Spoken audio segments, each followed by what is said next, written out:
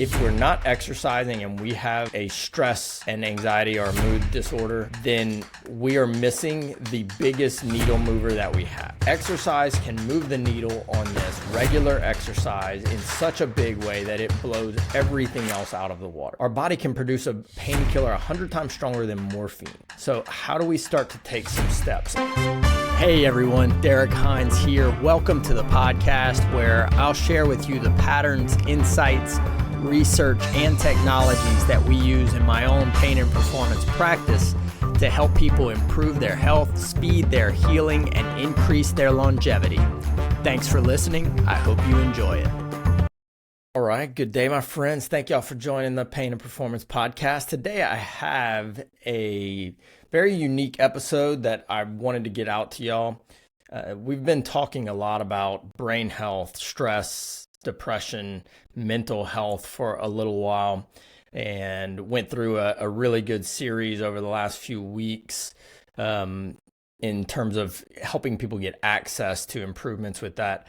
And I really think that it's one of the topics that just doesn't get talked about enough, which is why I think that a lot of people don't know how much there is that can be done that changes this.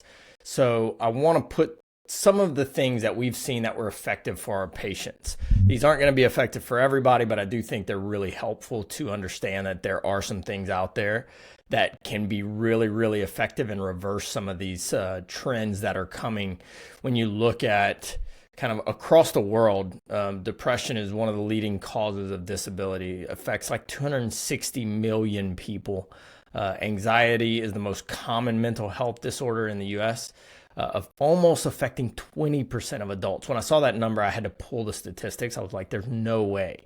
1 in 5 adults is dealing with an anxiety disorder. And we're not really talking or doing anything about it. So how do we start to take some steps? I think the last few years have been very stressful on a lot of people, and now we're kind of getting out of that, but we still haven't updated what things we need to do. So I'm going to go through a couple of things that we have seen in terms of people being able to improve this. Some of these are going to be actions. So we'll start in that kind of category. Can you use an action to improve this, an activity of some sort? Some is going to be kind of supplements and nutrition and fall into that world. Can we improve by changing or altering nutrition or some of the supplements and chemicals that we might? And then another area we're going to dive into is technology or newer technology. There's a little bit of overlap between that and some of the actions, but hey, this was how I was going to be able to wrap my mind around it. So that's what we're going to go into. And I think this is one of those situations where it's like, if you or somebody you know has had a stress issue or an anxiety issue, and they really haven't been able to get ahead of it, I think any of these things are worth trying, and we want to just get started with it so that we can build the momentum and the habit to see how much improvements. If one of them catches you and you're like, I haven't tried that, but I'm very interested, I have a positive association with it, then let me kind of dive into that. So under actions, what we're going to start with is just kind of lifestyle modifications, things you can change about your life. The biggest one, and I'm starting with this because it is by far the most bang for your buck when it comes to stress, anxiety, depression, mental health, brain health, and that is exercise.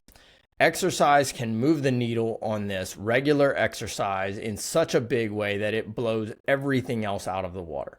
If we're not exercising and we have a stress and anxiety or mood disorder, then we are missing the biggest needle mover that we have. It does a lot of things when you exercise. You get endorphin release. Everybody knows, like, people talk about the runner high. We do get a very big natural painkiller, which our body can produce a painkiller 100 times stronger than morphine. That is huge. It can really be a big thing if we can tap into some of those endorphins and chemicals that our body releases. And it definitely elevates mood. We see this over and over again in research. It increases levels of serotonin and norepinephrine, norepinephrine, which help to combat stress on the body. Another thing that it does is reduces the level of cortisol, which is like the stress hormone that our body releases that can increase anxiety and stress. It's meant to, but it's meant to be used. We're supposed to release cortisol so it gets us into action. In today's world, when we stress, it's not because our life is in danger and we have to go and run and we deplete that cortisol. It just builds up. This is why exercise is so important. If we can do it regularly, we can reduce the amount of cortisol and improve our mood. We can reduce anxiety. There was a really big study in the Journal of Clinical Psychiatry that found exercise reduced symptoms of major depressive disorder with effects comparable to antidepressant medications. The participants who engaged regular exercise, is important here, folks, had almost a 50% reduction in depressive symptoms. If we had a drug that reduced symptoms of something by 50%, it would be the best-selling drug in history. Very, very, very powerful effects whenever we do regular exercise.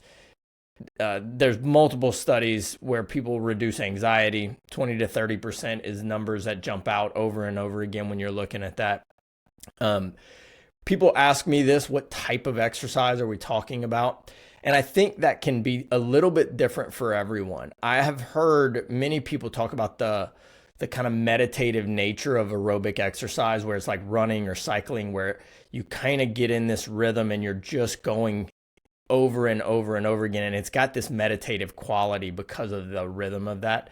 And that really helped to improve mood and reduce anxiety. Strength training is probably the one for me that gives me the most mood lift. If I get in and really do a heavy strength training routine, it just makes me feel good the rest of the day. I really am going. And at the same time, there's times where I just want to sweat. I just want to get out and go for a run and feel my heart beating and kind of get there. Lots of research on yoga, on Pilates, Tai Chi, these exercises that combine movement with mindfulness and kind of get this blended mental and physical exercise at the same time. All of these have good research. And I think the way that you're going to have to look at this is it something that I can use to improve my life and do it very regularly? That's the big thing, is are you going to be able to stick with this for 60 to 90 days to see really good results? That would be my starting point. I would be shooting for daily of some sort. That is the easiest thing, is every day I'm going to wake up and I'm going to do this at 6 a.m., at 5 a.m., at 5 p.m., whatever it is. I think in the beginning stages of this, it needs to be so regular that it's really starting to get into who you are and what you do. And then you can see the depth of these changes. I think this is probably a good time, now that I'm looking and thinking about this, to review a little bit of the things that relate to happiness, stress, some of the hormones that we go through. So we talked about cortisol. So cortisol is known as the stress hormone. It's released in response to stress and low blood glucose concentration. So if our blood sugar drops, a lot of times that will stimulate the release of cortisol. In the short term, when we release it, it helps the body respond to stress by increasing our energy availability. That's what it's for. The lion was coming after you. You don't have a lot of energy stored in your body. Let's release this cortisol to save us so we can take off and run, and we have the energy available to do that. Unfortunately, I talk about this a lot when I'm overseas. One of the things you notice is when you're walking everywhere, even in stressful situations, you don't feel that much of the stress. We were in Europe last summer, and we were very, very busy. There was stuff every day, and it was by all accounts, it would have been a stressful time. But we were walking 10 to 15 miles a day. Everywhere you go, you were walking. And I noticed about halfway through, we were there for, let's say, 2.5 weeks or so. I noticed that I feel good. I don't feel stressed. And I think that's because even though there was a lot of that, I had a lot of these moments throughout the day where I was depleting that glycogen. I was using it how it was supposed to be used, which is putting it into physical action. In the long term, if we're not able to get rid of cortisol, what happens is it starts to increase this stress response, because our body thinks if I have a lot of that, I must be under stress. That starts to trigger anxiety, depression, weight gain, immune dysfunction.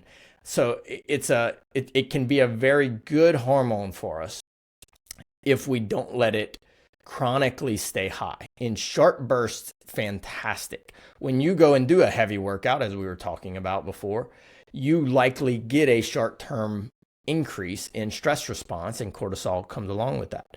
But we don't want this to be a prolonged release or elevated level of cortisol.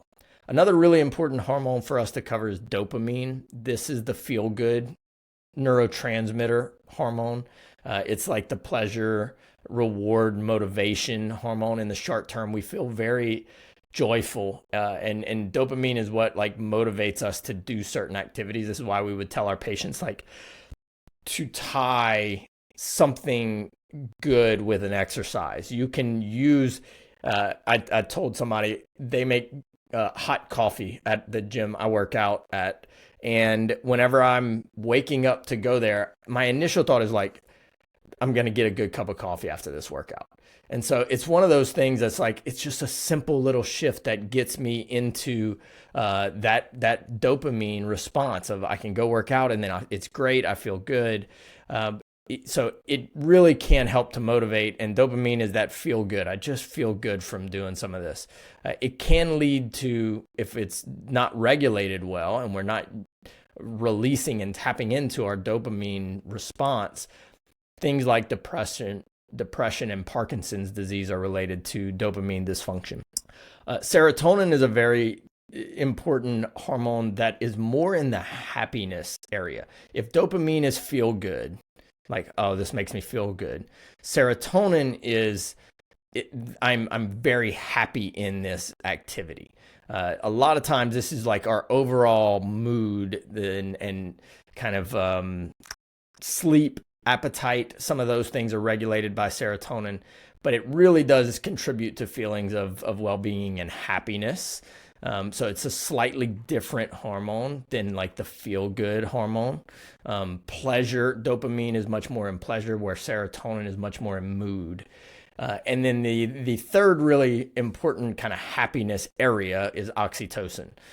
This is known as the love hormone by many people, and it is much more like in bonding and trust. So if we ever have this like deep conversation and you really feel the love from someone, you wouldn't often describe that as like, man, I feel really happy. It's a different feeling. And so that is oxytocin. That is what you're feeling, this love and bonding and well-being. I feel very good here. In the long term, it's very, very important for relationships and for social well-being.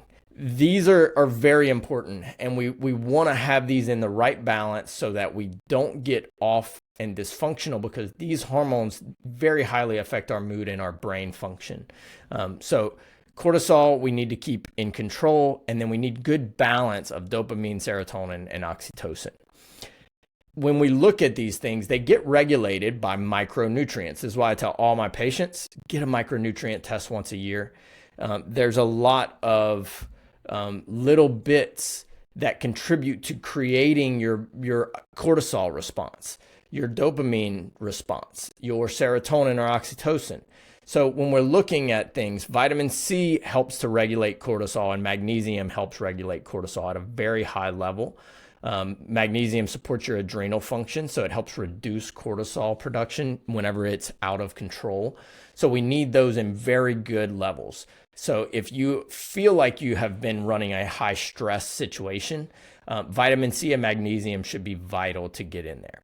When we're looking at dopamine and the feel-good stuff, there's a number of micronutrients that contribute to that. Tyrosine, B vitamins, and folate, very important. Those things you just want to check. I'm not saying to take all of these things, but you want to take a look at them and get a micronutrient test to know. Serotonin is highly regulated by tryptophan, an amino acid that is a precursor to serotonin. So we've all talked about tryptophan because of turkey, which got way out of control, but you may have heard of that one for that reason. B6 is very crucial for serotonin as well. Magnesium, another one. It highly relates to production of serotonin. Oxytocin is that love hormone, and we need vitamin D of good levels to support the hormone production of oxytocin. A lot of times, this is where I think whenever we start to look at people who balance their micronutrient levels, start to mention, I feel good, I feel better. You notice one thing on here, that it's lots of B vitamins and magnesium. We need to know where these levels are. I think if you have dysfunction, the snap judgment is to try these things for a little bit. You're probably going to be okay if you try these for a little while. It's not like you're going to create a major problem. I am much more in the measurement camp. So I would prefer that we have a test that does this. I like to do both a blood test and a tissue test, but getting this measured is a good idea so that you know where you're at. Because how do you know? Do you need to up your amount? Do you need to keep going? Do you need to pull back without doing some testing? We use a bunch of different ones out there. We've used Life Force. We've used SpectraCell. There's a lot out there that are coming up. In terms of being able to test and measure this at home. Even in some of these cases, you got to mail them off, but you can get this stuff measured. So very, very helpful if we're trying to improve our mental health, our brain health, our stress response, for us to start measuring not only our hormones, but the micronutrients related to those hormones. If we're getting into a little more of the actions, so we talked about exercise and how important that is to keep cortisol levels under control and to get you that release often of kind of like dopamine and carrying forward that serotonin response. Another big thing that comes out in actions that you can take is meditation or mindfulness. Meditation, there's a bunch of different parts of this. There's a bunch of different types of meditation. But when we look at the group of research around that, we know that regular meditators reduce stress, they reduce anxiety, they have lower levels of depression, and they have better emotional balance. So those are very, very powerful things. And even 10 minutes a day is very significant in terms of what my patients have said they've noticed a change with.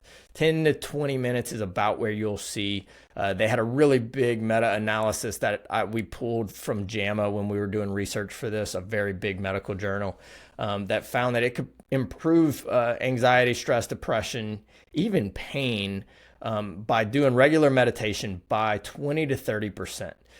Again, it's the stack of these that gets really, really powerful.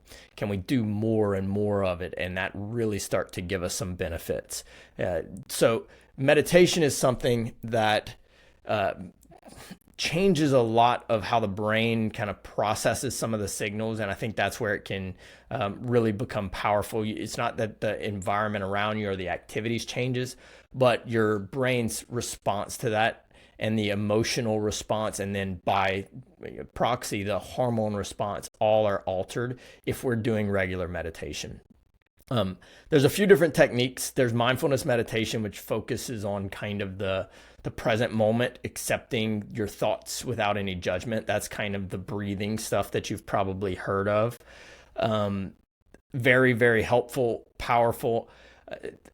I think this is probably the most prevalent that I have seen. I've done a lot of mindfulness meditation where you're kind of sitting there and doing body scans and trying to feel gravity and trying to feel the signals in your body. I love that as a meditation. You really have to slow things down and get present. It really does help me if I'm sticking to those things. Deep breathing exercises or paying attention to one's breath is a very powerful technique that taps into some physical and mental benefits, but is a part of meditation if we can feel those breaths coming in and feel those breaths going out. Progressive muscle relaxation involves like tensing and slowly releasing the muscles. This starts to bring you into your body. I do like that. there's a lot of really good things. Calm is a great app that's out there. I follow a woman online, Tara Brock. She's got a lot of guided meditations. It might be a good place to start. Gives you some really good ones. Some of hers have subjects where she is paying attention to stress, or this one's for rest and relaxation, things like that. You can look her up, but she's got some great information out there. Another activity that has a lot of good research that y'all have heard me talk about is cold exposure. Cold exposure is great because we know that there's multiple studies that show how much this acts as a mood improver and like satisfaction. So this is tapping into both our dopamine and our serotonin response, and we will get this short-term blip in cortisol because it is stressful, but then it brings it down. It will over improve that. So cold exposure or cryotherapy, yeah, they also reduce inflammation. We've all heard about that. It improves your immune response. But I think the release of endorphins and the alteration of these hormones really does make a big difference when it comes to mental health, stress, and depression. I can't tell you how many patients have come and told me after doing regular cryotherapy or cold exposure how much better their mental health is. That's probably the biggest thing that I hear. Yeah, pain's getting better, joints are not aching, they're moving. I feel so much better mentally. And same thing, I would tell you, like, as regular as you can do these things, the better. A lot of times people are asking how much. Most research seems to show about 11 minutes a week, so 3 exposures. In the winter, I love it because I get to do a cold exposure every day in terms of like using either the pool or a cold shower. Even if you're doing a cold shower these days, it's summer right now, right? It's not going to be very cold. But, you know, if you're doing a few cryotherapy sessions and you do one ice bath or something like that, I think you're getting those mood enhancement endorphins and hormone changes. So try and do some of that stuff in there as an activity to move this. It really can move the needle for a lot of people. There's multiple studies that we've talked about where they did soldiers. If y'all remember the study that I went through where soldiers participated in cryotherapy sessions, they improved their life satisfaction by 40 to 50%, their happiness. There was another study in psychology, Frontiers of Psychology, that found that it reduced symptoms of depression and anxiety and improved mood. The participants reported 40 to 50% reduction in depressive symptoms after the cryotherapy sessions. This is big needle movers when it comes to being able to improve our mental health, our stress and anxiety response. Another interesting thing that I have looked at in terms of activity is something called forest bathing. And I've talked about hiking. I never heard it called forest bathing, but this is basically just getting out into nature. This has been shown to reduce cortisol levels. It lowers blood pressure and improves mood. They've done multiple studies. Of course, this is bigger around the world, but they showed like improvements in cortisol levels by 12 to 15% and improved mood scores by 20 to 25% by doing forest bathing, getting out in nature. Y'all have heard me talk about this, but we get into a cabin about once a year. We go to Broken Bow or anywhere else that we can get into. Broken Bow, Oklahoma is great. It has some really good hiking. It's not terribly far for me, but anywhere where you can go and get into some mature forests and not be around a lot of people and get out and move and hike, I think is a really good thing. Being in nature, you just feel better. So it was very interesting for me to see this activity as something that has good research, and we've felt that over the years. Other things that are really helpful that people have started to notice but has good research is things like art therapy. Drawing or painting or creating can be very helpful to reduce stress and improve mood. Same thing, some studies show reducing anxiety by 25% by participating in regular art therapy. So can you just start doodling or drawing? Painting is a very good one. Doing music, anything that's in the arts has some data behind it that shows it improves our emotional expression and gives us some stress relief. So there you go. Let's all draw a little bit more. That's one that's on my list. I used to love to draw. When I was young, I wanted to be a comic book illustrator. And so I drew a ton. And now I'm like, I'd like to get back to it. It's definitely a skill that atrophies. So I don't know if I would get the stress relief, or in the short term, I might be a little bit frustrated by my lack of skill, but nonetheless. Another thing that this one probably blends both in terms of action and technology is biofeedback. Biofeedback is like monitoring our physiological functions to gain control over stress response. And there's a lot of different ways of doing this. There's a lot of devices out there that can help with some of these things. But I think if you want to dig into that, pull biofeedback for stress and anxiety, and you'll find a lot of things around mental health and a lot of these newer devices where they're teaching people to monitor their physiological stress response. And that improves our ability, of course, to handle that and carries over into stressful situations. So biofeedback would fall into that kind of action/technology. From a supplement and nutrition standpoint, this is what I get questions about all the time. Some of you are going to hate some of these things. When you look at the research around caffeine and stress response, it's not good. Moderate caffeine consumption can improve our alertness and our mood. This is like 1 to 2 cups per whole day that falls into this area. Many people who are getting into this, like 6 to 8 cups a day, can actually be increasing their anxiety.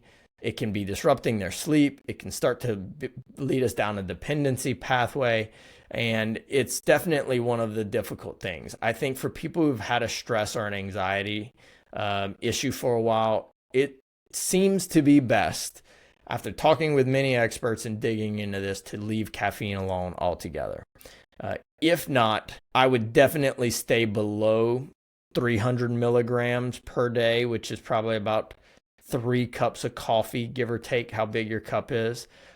Everybody has a different caffeine tolerance level, so that's something you need to know. Are you quite sensitive to caffeine? Then you would bring that down some.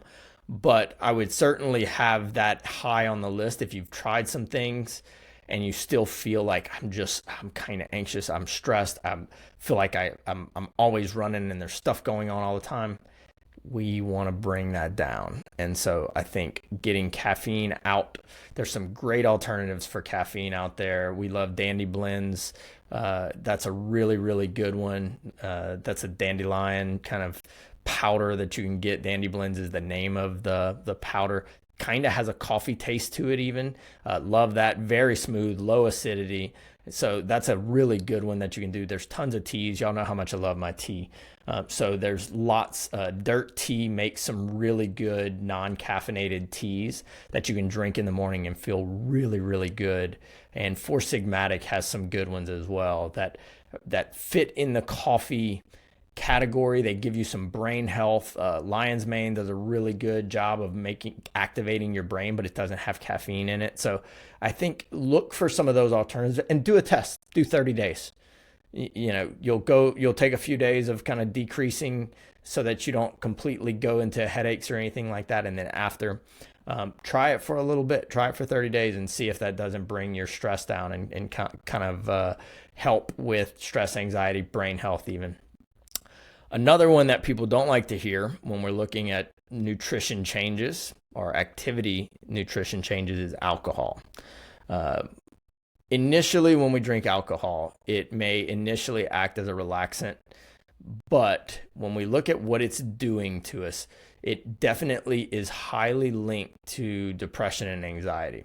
We know that alcohol severely disrupts sleep patterns and changes neurotransmitter balance. Alcohol can also alter our hormone production and hormone balance. So when we look at what it's doing for mental health, it is a depressant.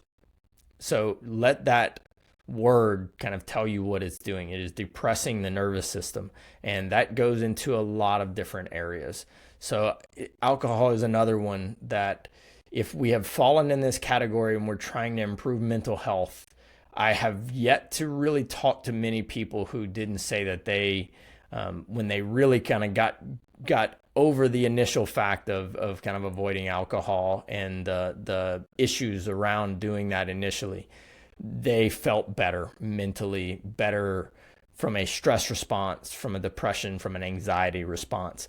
There is some awesome stuff out there for still giving us some relaxation and the social impact that alcohol gives, where you kind of feel like you can talk and kind of let loose a little bit. I love this Sentia Labs. It is a GABA molecule that you drink. So SENTIA, they're not a sponsor yet, but I am reaching out to them. I love this stuff. You drink 2 glasses of it and you feel like you've had a couple of glasses of wine. It's really that good. And you feel like a light little buzz feeling, and you just feel really, really good. And you're not getting any of the negatives of ethanol. You're doing some really good things for a lot of people that are healthy. Whereas, alcohol is going to step into a lot of unhealthy things. So there's other things out there. I know a lot of people who are doing some of these things using like different type of extracts and mushrooms and stuff to try and help to create a replacement for alcohol. But if you are dealing with stress, anxiety, depression, or we're worried about brain health, you really can't have very much alcohol in there. And I would be very mindful of having more than a few drinks a week would probably be where you're going to start to tap into some of those negative effects. That's kind of what I'm doing at this point, is like, just be mindful of it. If you're going to have a drink, make sure you're like having a drink and you're there and present and like, this is a really good drink. If I'm going to do it, I'm having an amazing old fashioned. Having like a mediocre light beer doesn't entice me at all at this point. So if you're going to have alcohol, pay attention, have really good alcohol.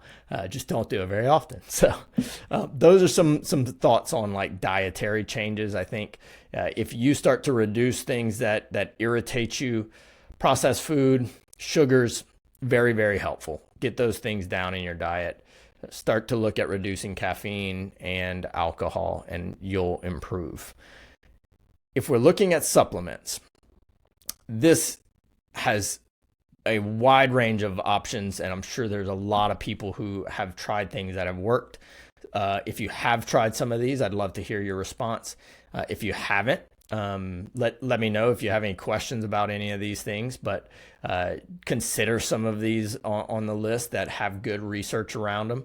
The first one is one that we use a lot, and that is ashwagandha. I've had many, many patients who felt massive improvements when they added ashwagandha to their diet. It's been shown to help reduce stress, anxiety, and cortisol levels. It can improve anxiety symptoms 25-30% in research. So a very, very good starting point for this. This is one that I think you feel. If you take decent amounts of ashwagandha, within a few days, you'll notice the edge is off, is what I would describe it as. Because this is reducing cortisol levels significantly, I often don't tell patients to stay on it longer than a few weeks. So if you know you have a very stressful event going on and you're feeling that, and that's affecting sleep and communication or any of those things, ashwagandha is my go-to for that if I'm going to take it for a couple weeks. Another one that has crazy good research is omega-3 fatty acids. Omega-3s are really important. We definitely need them in our kind of brain health arsenal, but they also show such good improvements in mood regulation, and they do reduce inflammation and support neurotransmitter function. So omega-3s can really be a big improvement if we're looking at stress and depression. And I've heard many scientists say, like, what's the most powerful effect they see from omega-3 fatty acids? And it's always that people just feel better mentally. So I think that's a very good one to add. They have slightly different mechanisms of action. So ashwagandha, very helpful reducing cortisol, omega-3 fatty acids, very good at improving depression and stress and anxiety. Even in some of these major cases, there was a study done in psychiatry, translational psychiatry, that found in major depressive disorder a 25% improvement by doing omega-3 fatty acid supplementation. So that's not a small change. Another one that has good research, and I think we all probably feel this, is vitamin D. Low levels of vitamin D are definitely going to lead to increased risk of depression. Supplement with vitamin D so that you can improve mood, stress, depression, kind of elevate those things. This is one that you're like, if you just do the activity, like get in the sun, work up a sweat while you're outside, you feel it. But there's times where we can't do that. And that's whenever you look at these like seasonal affective disorders where there's a lot that gets wrapped into that, but vitamin D reduction is a big part of it. When people are not getting enough vitamin D, enough sun exposure, that leads to the snowball effect of bringing many things in, but that does start to create a situation for stress and depression to take hold. So I think checking vitamin D levels is very important. Taking vitamin D in those times where you're not getting sunlight and getting sunlight when you can, very, very helpful. Magnesium is another huge one that I bring up very early because when we were talking about serotonin and dopamine and oxytocin, you see how much magnesium continues to be a major player in producing those hormones. So we need to make sure we have good magnesium in our system. Magnesium threonate, magnesium glycinate, and micronized magnesium, where it's like liquid form, so it just goes straight in. All really, really good forms to help with this. I would stay away from like magnesium oxide, magnesium citrate for these purposes. There's reasons to take those, but not for this stuff. If you're worried about improving hormones, brain function, you're going to want to stick with those forms of magnesium. Quite helpful. So if the other big things that you want to be looking at are the sex hormones. So testosterone is a very big one that if it's low, many people will notice that they have elevated stress and depression and anxiety. Men and women, I want to point that out. It's almost more common that I get a woman who has low testosterone and we fix it and she's like, I feel like a new person. So get those things checked and look at those. They are very, very important. And if we know that they're low, there's options to elevate that. That's certainly a conversation you want to have with your healthcare practitioner, is what are the ways that I can do this through lifestyle changes or supplements or hormone replacement therapy if you need to get to that. But you want to get those levels up. It's crucial for mental and brain health. So very, very helpful when we're looking at that. We have a lot of patients who we talk to that are starting to use, there's a lot of things out there from a technology standpoint and a wearable standpoint. And I do love that these things are starting to come up where we have access to this. One of the things I want to talk about when it comes to new technology is transcranial magnetic stimulation. So this involves, a lot of times it's being done in a facility, and they're setting up basically magnets around the brain, and this can stimulate the prefrontal cortex, and it can alter how your brain is functioning. Very, very powerful. Great research starting to show that this can significantly improve symptoms of stress, depression, anxiety. So multiple studies, the American Journal of Psychiatry did a big study on TMS, transcranial magnetic stimulation, on treating major depressive disorder. And they found that patients who did not respond to an antidepressant medication, so they tried the medication, it's not working, showed about a 30 or 40% improvement in depressive symptoms using TMS. So even when we have tried like another chemical route of taking a medication, this actually changing the function of the brain can be very, very effective. So that's one that's coming out. If you look it up, that's something that it usually involves doing multiple sessions, multiple times a week to get the change. So you're probably looking at like 20 to 30 sessions over 4 to 6 weeks. You're trying to retrain and reprogram how the brain is functioning. But TMS should be a very high option for a lot of people who are looking at improving brain health, stress, anxiety, depression. There's a lot of apps out there also. We were talking about meditation, so I like some of the apps that are helping with some of that. Headspace, Calm, Talkspace, all really good things that help with some of those in terms of like connecting you with whether it's meditation or things like BetterHelp and Talkspace connect you with licensed therapists. Those are really, really good. That give you access to have this conversation. So very helpful when you are beginning this process of trying to get started down a brain health, mental health pathway. There's some other ones out there that I think can be quite helpful. We did Brain Tap, which uses multiple types of technology. I did this last summer while I was there. It looks like glasses and headphones in one, and it uses like infrared technology to stimulate areas around the ears while you're listening to sounds and while it's doing light therapy through the eyes.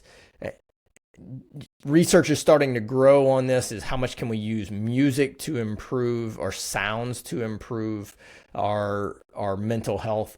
And so that's one that I think we can look at as it continues to grow and can continue to improve. Something I wanted to throw in here when we're talking about technologies that you can use are things like the Oura Ring, a tracker. Knowing what your sleep level is, what your recovery level is, what your heart rate variability is, offers us an insight into how your body is functioning and the stress response that it is going through. So I think those are really good things to know. And if you don't have some way of checking sleep quality, physical activity, heart rate variability, start to look for some technologies out there. We use Oura because I don't like wearing a watch, but there's a lot of things that you can use to sleep that'll track these things. Fitbit's doing it, Garmin's doing it.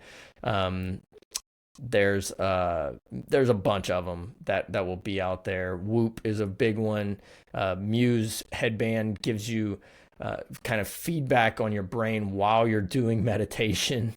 And so it can really help in terms of building a mindfulness practice if you like to see the changes and how your brain's functioning while you do those things. So there's a lot of wearables out there that can be very effective whenever you're working on this area of your health, when you're working on brain health and you're working on stress improvements. There's some interesting areas if we're looking at VR, so virtual reality, and gaming and PTSD.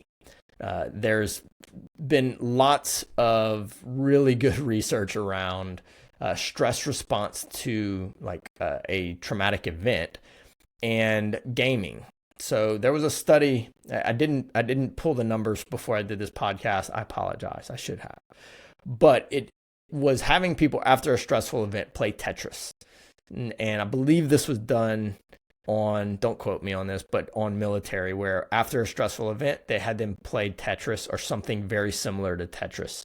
And what they found was that it overloaded that prefrontal cortex, so we got out of the loop of PTSD. It didn't just take the event, the traumatic event, and just sit there and loop it for us. They even did a follow-up study where they said, I want you to get into that state, think about it and picture it, because we can't always have a therapy right after an exposure, right?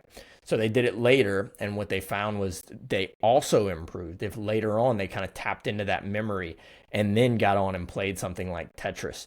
So I think there's value to that. And if we know that doing some of these things that affect the prefrontal cortex, can VR or virtual reality start to improve some of that stuff? So I think that's coming. That would not surprise me that that's an area of research that continues to improve.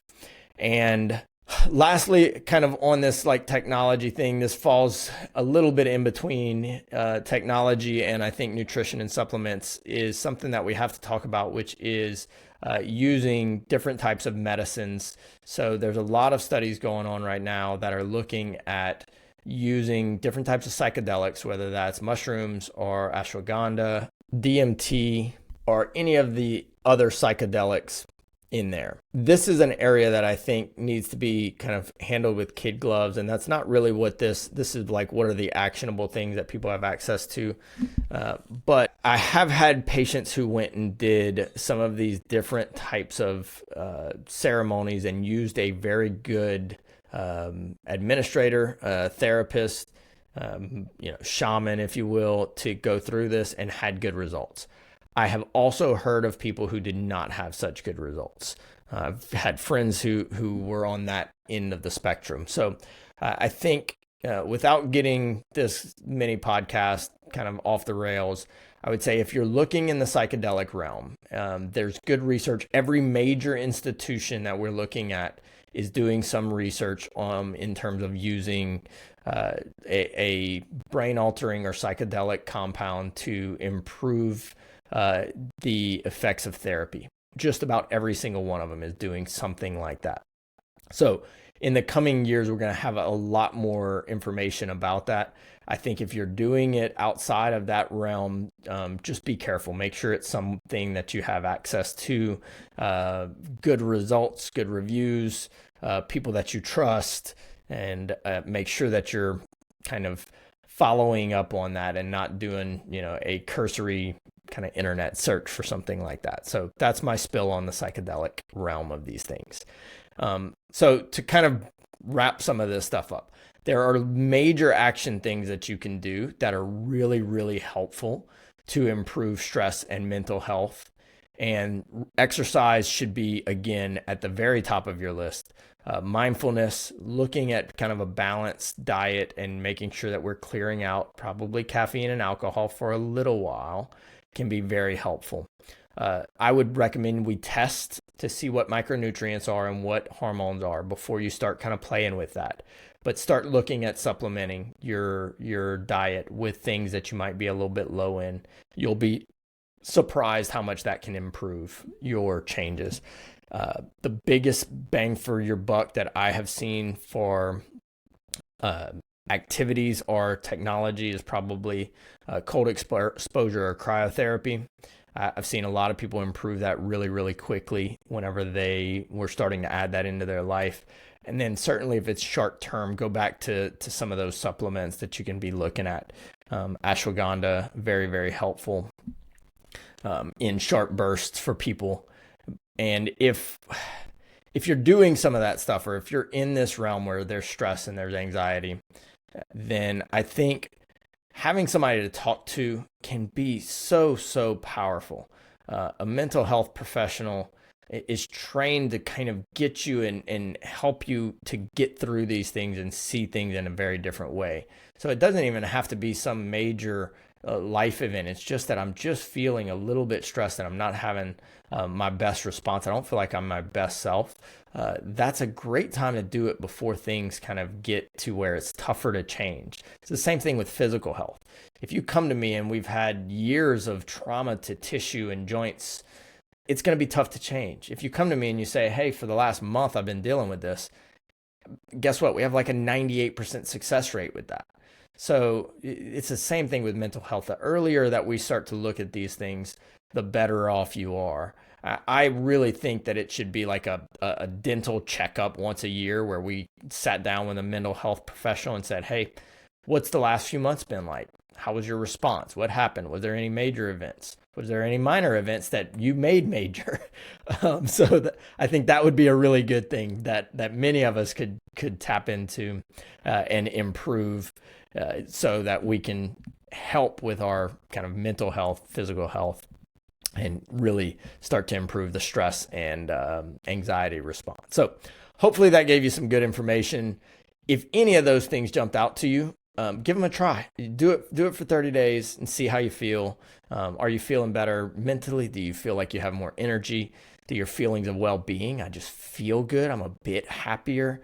The edge is off a little bit. Hey, look, that can be what we're trying to do. So I hope that helps somebody out there. If somebody needs to hear this and they just want some basic areas to start with, I just wanted y'all to have a quick little overview of kind of the stress, the mental health, the brain health categories that we really can put our finger on and move the needle. So I hope this is all accessible to you. This is all very digestible. I'm not trying to do anything kind of crazy here, just stuff that you really have access to. And as you heard, many of these things are 20 and 30% improvements.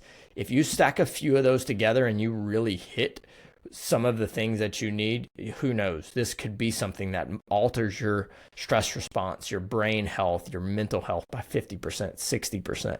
I've seen it over and over again. So remember, a lot of the stuff that we're doing is to improve our lives, to improve our health and our relationships. And this is no different. Taking action on these things not only improves your life, but those around you, your family, your community, you're better for who you show up as. And I promise everyone else is going to benefit from that. So don't be afraid of taking the time to take care of this area. A lot of people I know who have struggled in this area do it in part because they are taking care of other people and they're scared to take the time for themselves. You'll do better for everyone else if you get in a really good state for this. So a little bit heavier episode today. We've got some amazing stuff coming forward. Please share the podcast, get it into some people who it can help. We try and use these episodes to really get people actionable information. Every time I have a guest come on, they're like, man, this was such a fun episode, because I feel like people are really going to be able to take action. So we've got amazing guests coming on, really, really good ones coming up. So make sure you're subscribed. Make sure you give us a review. And I will see y'all next week. Have a great week, everybody.